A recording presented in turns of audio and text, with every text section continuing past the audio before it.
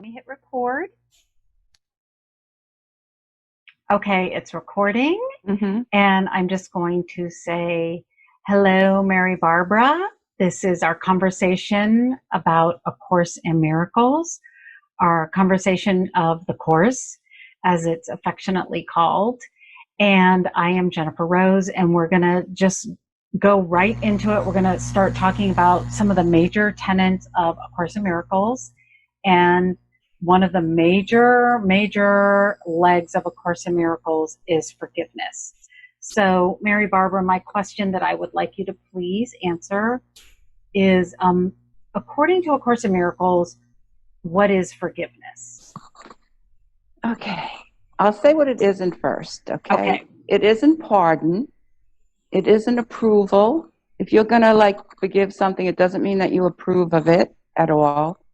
And the other part that I want to say first is, I think we have to agree that it's our mind that's causing us to be unhappy or happy. Without that peace, forgiveness isn't as valuable as it is. So we have to know that it's our thoughts alone that cause us pain. And our thoughts take place in our mind, and we have control over our thoughts. And if someone says something and we don't like it, mostly we're adding the words "to me." How could you say that to me? How could he do that to me? How could this happen to me? We jokingly call that the four-letter word, "to me," okay? So if you take that off, you take that "to me" off, and you say, how could they say that? Or how could they do that? To me, that's forgiveness. Forgiveness is like releasing the need to think that somebody did something to me, that somebody could say or do something that could rob my peace, that could rob my joy, that could take away something from me. And if that were true, then I would have every excuse to blame them and be angry with them and hold on to them. If they could rob me of what God has given me, that would be a big thing, but they can't. And so forgiveness, to me, is withdrawing our need to think that somebody could hurt me or do something to me. And it's also withdrawing my need for something to be different than it is. That's what it is. It's not like I'm such a holy person, so I can forgive you. You know, I'm doing the Course in Miracles, so I'll forgive you. You really, really hurt me, but I'm doing the Course, so I'll forgive you.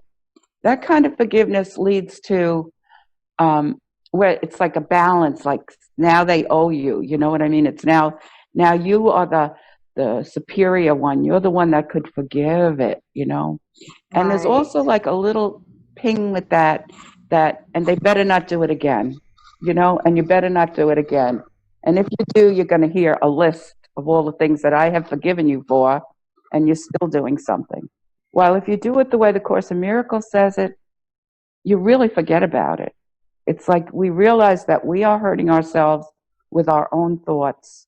Nothing outside me can take my peace. And it took me a long time. So I say it, you know, lightly now, but believe me, it's not easy to do when something is going on and it's really hurtful, and you could get half a dozen of your friends to agree with you that this was terrible and they shouldn't have done it. But if you want to hurt yourself with it, then hang on. And if you don't, then forgive it. Forgive it like getting rid of it, brushing it away. It sounds to me like unforgiveness is carrying or holding a resentment. Yeah. Forgiveness is the willingness to release the resentment and willing to admit that maybe that they didn't hurt me, that I was telling myself stories about this person that I thought hurt me. Yes. Yeah. And we're carrying those, it's like a sack on our back, and we all walk around with like all this stuff from our past. And somebody says it does touches something from my past, something that happened that isn't even relative to what they said. I like to explain it like if you had a sunburn, and like say, okay, so you don't have a sunburn, you meet somebody on the street, and he comes up and he pats you on the back, "Hi, how you doing?" And you say, "Oh, good, how you doing?" Well, the next day you have a bad sunburn on your back. This is an unforgiveness or something from your past. They walk up the next day and pat you on the back, and you're like, "Ow, ow, you hurt me." You hurt me. They didn't hurt you. They hit that sunburn that you had already. And that's what the Course says. Thank goodness they do that, because otherwise you wouldn't know what's in your mind. We don't know what's in our mind. It's like a vast wonderland up there. It's just like a vast place that's full of thoughts and ideas. And the only way we know what's in there and what we need to let go of is if something happens and it touches it. It's like touches a nerve. Yeah. And then we feel it, saying that says, if you spot it, you got it. Well, to me, the Course in Miracles is saying, if you feel it, you heal it. Because this is about healing our minds. Healing our minds means getting rid of all the blocks to love's presence. And then forgiveness, according to A Course in Miracles, forgiveness is the way to do it, is a way to heal. When we feel it, we heal it, and forgiveness is the way. It's actually like a process. Exactly. Do you want to talk? Well, do you want to talk a little bit about that process of forgiveness? Like how do you actually do it? Like what are the nuts and bolts? Like if someone says something to you that you perceive as hurtful, like how do you proceed to forgive? Okay, so years ago, I would have said, I'm a Pisces, I'm sensitive, I have a feeling, don't reject. That's how I would have justified it. Right. And then as I went on, I started to study rational thinking. And I believe in writing. I believe writing really helps me. It doesn't help everybody, but writing helps me. So I started writing this thing, and it was from Albert Ellis, and it was like, you write A, B, C, D, E, okay? And A is the activating event. You put down, my daughter said she's not coming to lunch today.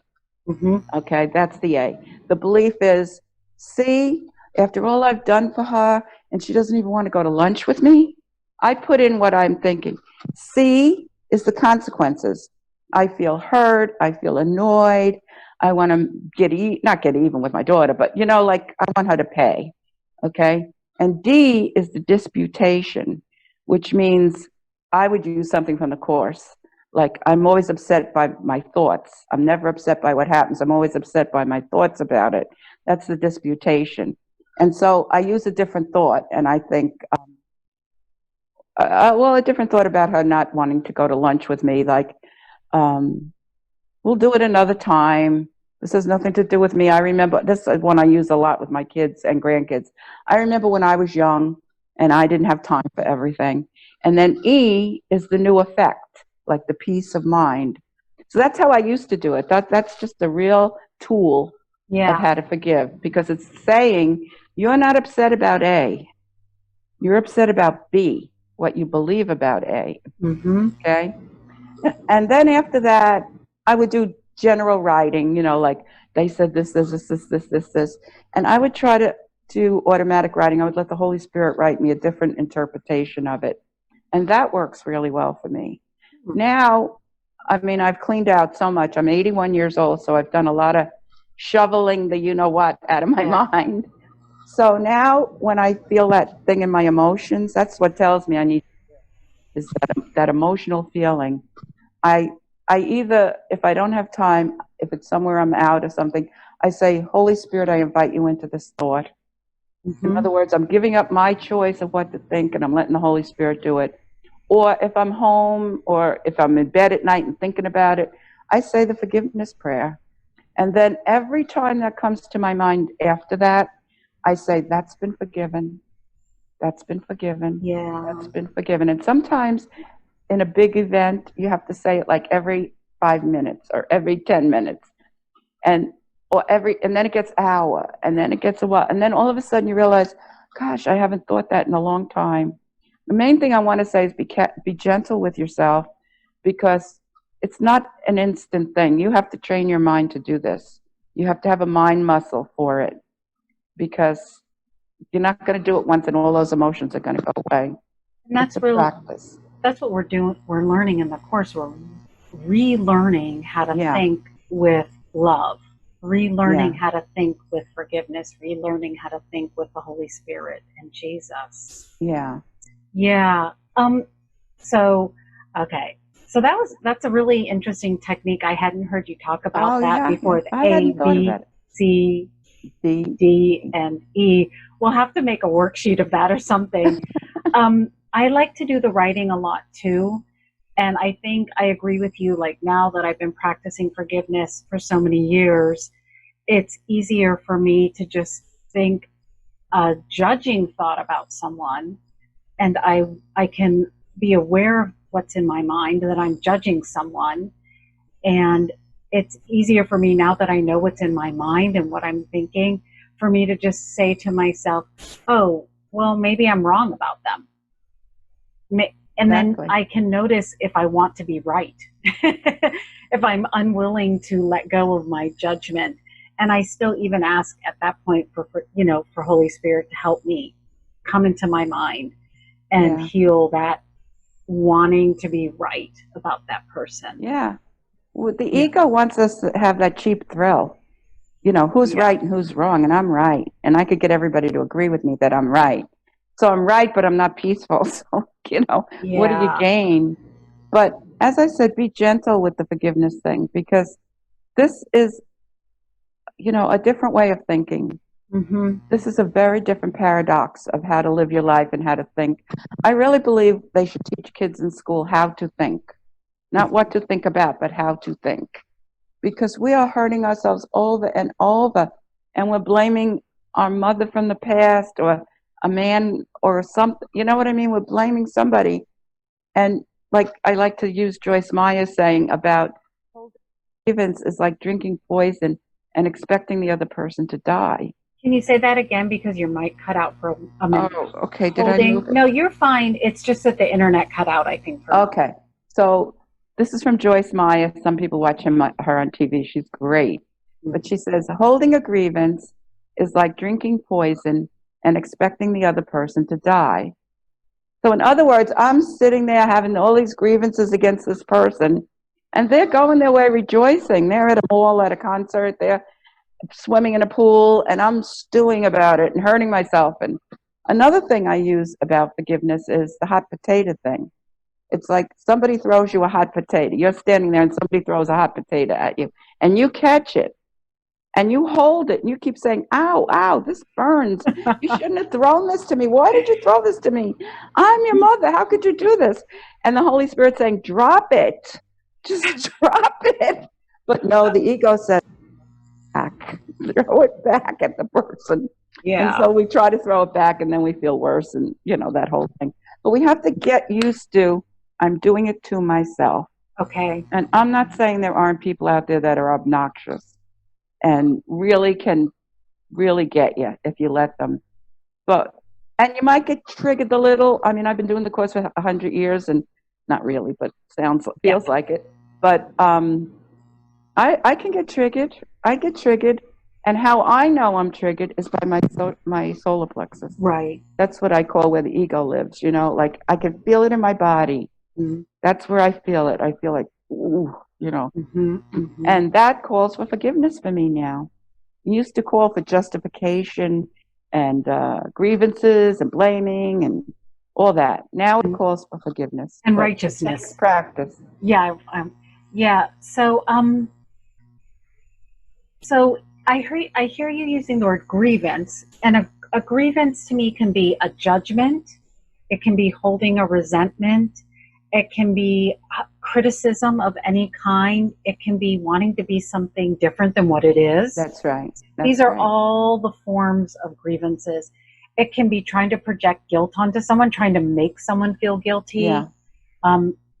Feeling guilty yourself. These are all grievances. Exactly.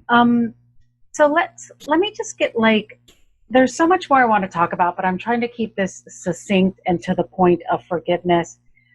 Once we talked about what forgiveness is, what it's not, why we want to practice it, what's the process. And then after we get to a point where we've practiced forgiveness, or even you could take it to just one example, what are the results when we practice forgiveness? What do we get? Because it's not easy to give up your judgments about someone when you feel so justified in your judgment of them. Mm-hmm. Why would I do that? What are the results? What's my fruit? I need my carrot on the stick. Okay, so first of all, the Course says Ego gratification is instant but not lasting. So that ego gratification of getting even, saying something back, really getting them, that's an instant gratification, but it doesn't last. Mhm. Spiritual gratification isn't always instant, that's what I wanted to point out, but it lasts. So you don't always get something right away. You really don't. You get, like, you're more peaceful, but you still might be a little shaky because your body takes a while to catch up. But you're much more peaceful, and you don't even realize how free you are until something similar comes up, and it doesn't even bother you. It just goes by you. And then you say, oh my God, years ago that would have tortured me. It gives you the freedom to feel the love of God. We want the love of God. Mm-hmm. Today's lesson 182, that it is your innocence that you yearn for. This is your heart's desire, to know that you're innocent and loved. And you can't know that when you have all these things in your mind that are waiting to be projected onto someone. But all I can say is, I mean, I am really a peaceful person now, and I had lots of stuff coming up, a lot. I was in a lot of therapy, a lot of this, a lot of that. So just know I can relate to anything, most anything people talk about. But I am so peaceful now, and I've gotten more powerful in manifestation. Mm-hmm. I mean, my goal isn't manifestation any longer. It used to be. I used to have money issues and always doing this and that and this and that to bring money toward me and everything. Now it's like I just think about something, like, like the story about the box I was talking about last week. Yeah. And it comes to me. It seems like your power of manifestation is given to you as you clear your mind, because you can't have it in your mind, these thoughts, and have it instantly manifest, because some of those thoughts years ago were not that good about people, Yeah. But when you clear your mind, you become powerful. You become a powerful spiritual being. But the first thing you find is you have peace. It's like when you do the forgiveness work and something that's hurt you for a long time, and all of a sudden you get that thing in yourself that you got it. It's like something comes off you, and you're just really walking on air for a while. You really are. It feels to me, the process of forgiveness and being dedicated to the practice makes me feel free. Because when I'm judging my brothers and my sisters, or even a situation, or even, I don't know, like a piece of furniture or my car, when I have this judgment, I feel heavy. I feel weighed down. I feel like I've drinking that poison. Yeah. So as I release the judgments through the process of forgiveness, I feel free. And then I can free my family members. I can free whoever I'm working for, because I've freed myself. Exactly. And a major point that I wanted to make is, forgiveness doesn't make you a doormat. It doesn't mean that you have to put up with crap. It doesn't mean that. Right. Okay. Like she said, you feel very free, but you also feel very clear. And if there's something to be said or something to be done, you do it from a place not of fear, not of retaliation, not of that. You do it out of a place of wisdom. Mm-hmm. There's wisdom in handling certain things a certain way. But when you come from the grievance and the judgments and the blame, when you do it, it's fearful, because you're coming from something that isn't of God. And so you think they're going to get you back for it, whatever. Like if you do this, if you say something, point something out, then they're going to get you back for it. But when you've done your forgiveness work and you're still guided to make that change, it's so powerful. You just do it from a clarity and a power, and whatever happens, happens, and everybody gains. The other person gains too, because at that point, you're talking about what really is the fact, not your feelings, you're talking about the real issue, not like you did this and I did that and you did that and I didn't, You're talking about, no, people don't talk to me like that. No, Mm-hmm. I will be respected. I respect you and you respect me. It's almost like you have to do the writing A, B, C, D, and once you get to E, then you can go on ahead, and Exactly. there may be that clarity of guidance and the personal power. Exactly. Forth with the clarity. The other way that we've been doing for years, and you and I have thought about, is write a letter, as if you're going to write a letter to the person. Never, never, never, never, never, never, never give it to them or mail it to them. but let it rip. Really write everything like, oh, use curse words, do everything, get all that energy out of you. And then as you get to the bottom, you really are writing what the issue is, what the real issue is. And at that point of clarity, you can either discuss it or not. Right. You're at peace. Right. And if you do discuss it, you don't come away feeling guilty. You come away feeling powerful, as you said, Jen. Yeah. Yeah. Well, I think that's worth it then. For me to feel clarity, power, freedom, peace, that's why I practice. Exactly. That's why I continue to practice.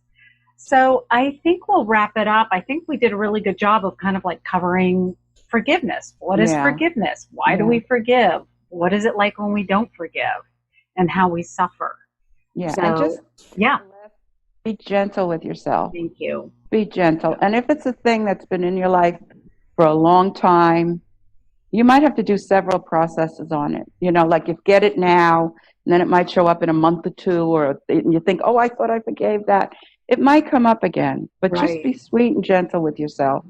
Just be gentle. No matter what, you're going to love yourself. Even though you haven't forgiven it totally, I deeply and completely love and accept myself. Yeah. That's the main thing. Otherwise, you can't really forgive because you're judging yourself then. Right. You don't trust yourself. Yeah. Yeah, to love yourself through the process. Yeah. So gentle is the way. Thank you. Thanks for that reminder. Okay, my friends, we are going to wrap it up for now. Sending you. Thank you. Love and peace. All right. See you later. I love you too, Jen. Thank you. Love you. Thank you, everybody. All right. Bye. Bye.